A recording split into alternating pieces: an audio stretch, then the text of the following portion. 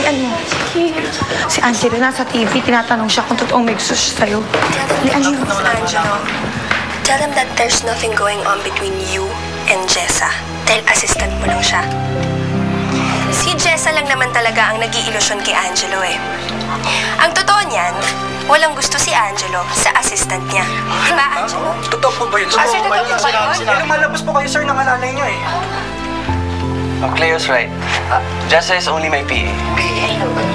There's nothing more. Sigurado po kayo, sir, wala talaga kayong relasyon?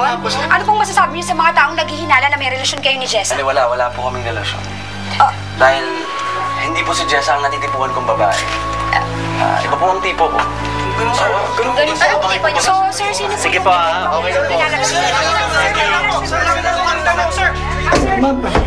Guys, thank you. Sorry na medyo naguguluhan lang si Angelo ngayon. Sana nasagot namin lahat ng tanong niyo. Excuse me.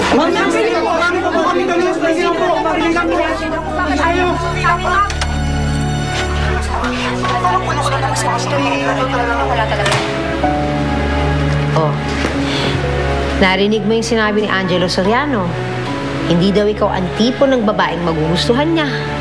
Tinanong mo pa, napanood naman natin at narinig natin lahat ng sinabi noon, ano. Mukhang kailangan ulitin kasi may pagkabing ito eh. Siguro ikaw yung nag-utos dun sa mga reporter na gawa kayo ng issue ni Angelo, no?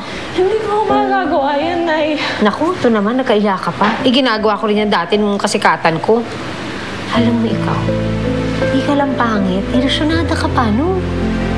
Sobra naman po kayo, Aling Esme. Naku, anong sobra? Kulang pa nga yun. Isaksak mo na lang kasi dyan sa kukote mo na kahit na kailan, walang lalaking magkakagusto sa'yo. Bangungot at hindi, naku, ewan ko ba?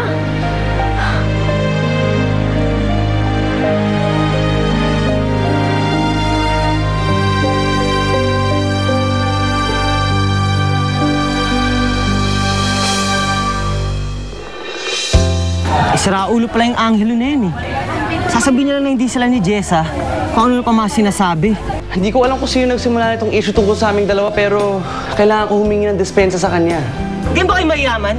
Tingin nyo sa amin mahirap madaling bilugin ang ulo? Sumisuntukan na lang tayo eh! Love story tungkol sa issue ninyo ni Angelo Soriano. Ako po talaga magpa-interview. Jessa! Jessa, ano masasabi mo sa sinabi ni Angelo Soriano? Sakay na din. Nabighani ka sa makapangyarihang ganda ng pag-iibigan sa blusang